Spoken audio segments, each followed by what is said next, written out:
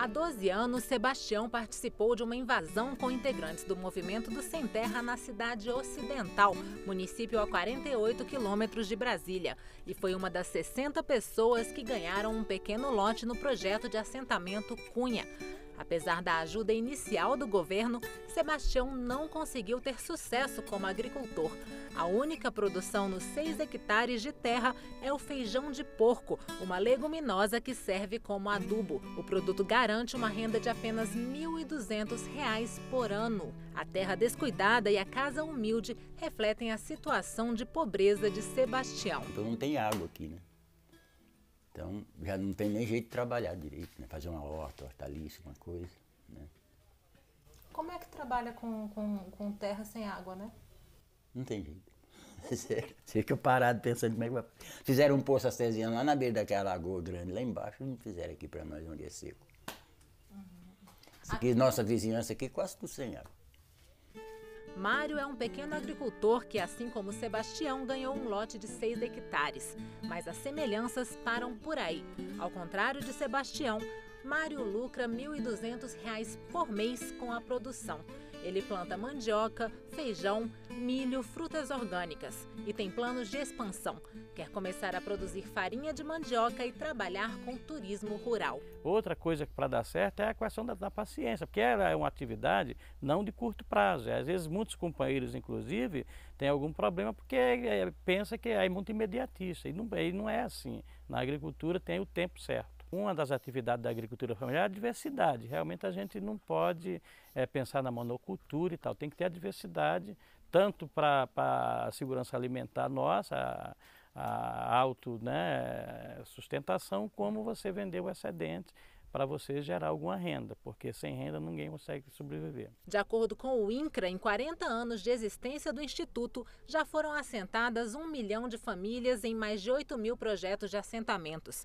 São cerca de 80 milhões de hectares em todo o Brasil, mais de 3 vezes o estado de São Paulo. Mas apenas assentar os brasileiros sem terra não é suficiente.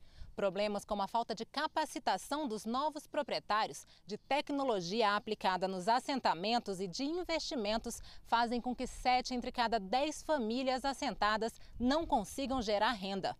O dado é de uma pesquisa da CNA e Ibope. Segundo o estudo, apenas 27% dos assentados pelo Programa de Reforma Agrária conseguem gerar renda além de alimentar a família. 72% não conseguem. Destes, 24% produzem o necessário apenas para sobreviver. 10% não conseguem produzir o suficiente nem para o próprio abastecimento e 37% não produzem absolutamente nada. O Brasil já desapropriou e assentou mais do que uma Europa. São 80 milhões de hectares que o Brasil já disponibilizou.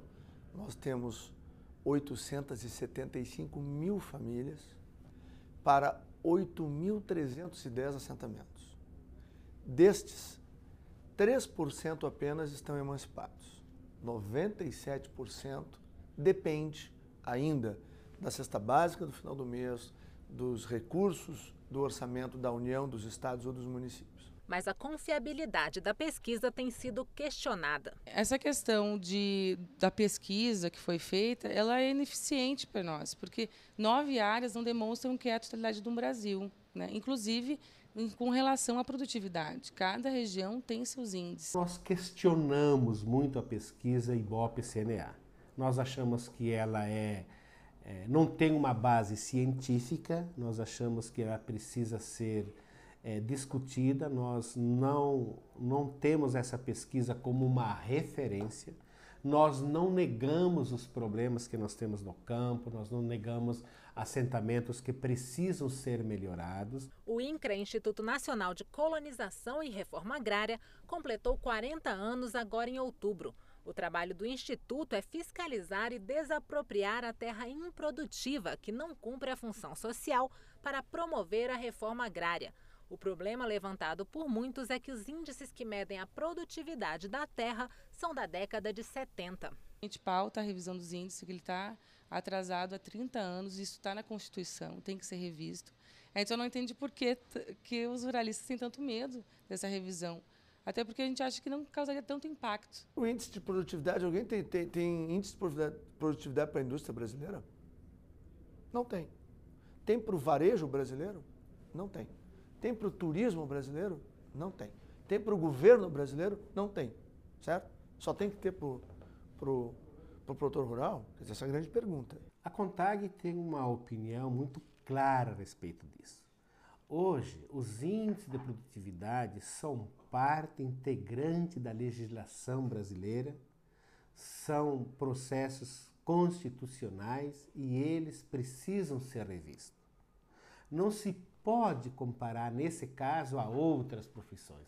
Para outras profissões, existem outro mecanismo de índice de produtividade, ou seja, o médico tem seu CREA, o agrônomo, você tem outras questões. Apesar de os dados da pesquisa da CNA e IBOP serem questionáveis na avaliação de muitos, uma opinião une ruralistas e sem terra. Para que a reforma agrária seja bem-sucedida no Brasil, não basta desapropriar terras e entregá-las a outras pessoas. O caminho é um pouquinho mais longo. Tudo aquilo que simboliza e significa o acesso à terra, que é a moradia, que é o modo de viver, que é a sua cultura e, consequentemente, tem que ter a infraestrutura com as políticas públicas necessárias, além de moradia, de transporte, de educação, de investimentos culturais e financiamentos, acesso a créditos. A reforma agrária, que a gente acredita que seja eficiente, ela exige que a gente tenha não somente acesso à terra, mas que a gente tenha acesso a crédito, né, para a produção, que a gente tenha acesso à escola, à infraestrutura, né, para ter agroindústria, enfim, para poder fazer produção e agregar renda, fazer com que a juventude permaneça no campo.